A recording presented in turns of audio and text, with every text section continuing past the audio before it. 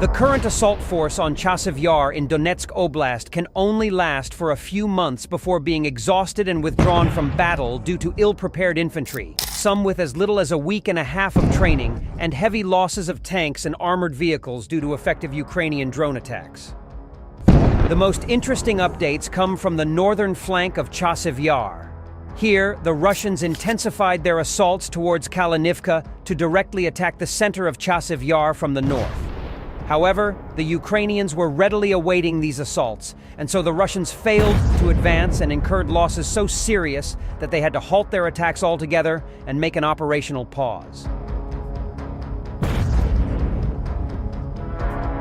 The Russian forces aim to establish control over Kalinivka to utilize the canal crossing for further assaults on Chasiv Yar.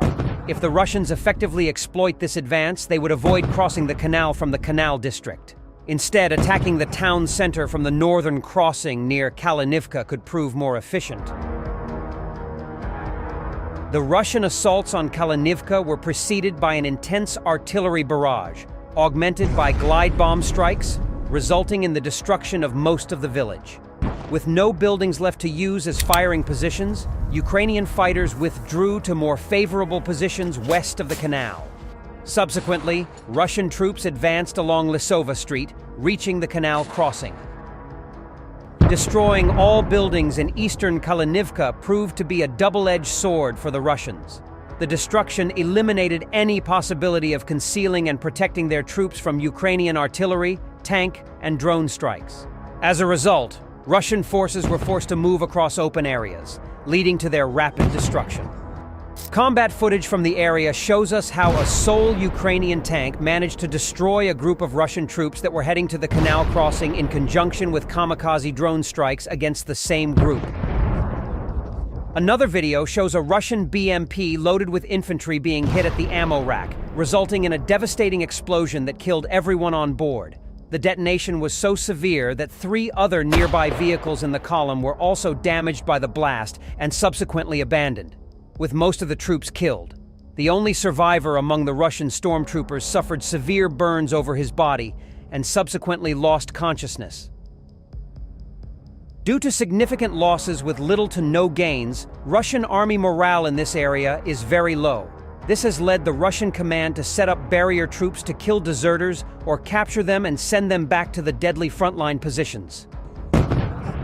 Facing a shortage of motivated personnel and struggling to command mostly demotivated troops, Russian commanders deploy only small groups of infantry for assaults.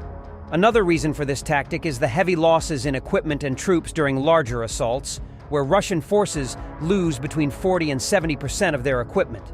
Ukrainian fighters in the area are using up to 50 drones daily to hit 25 Russian targets, primarily targeting Russian armored assault formations attempting to advance.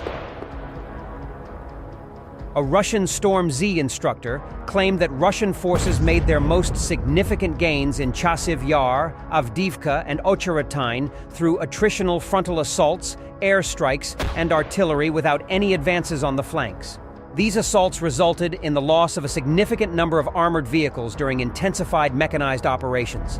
Deputy head of the presidential office, Roman Mashevets, stated that the number of available tanks for Russian forces in the Chasiv Yar, Siversk, and Kurakhove directions has significantly decreased to 650 tanks.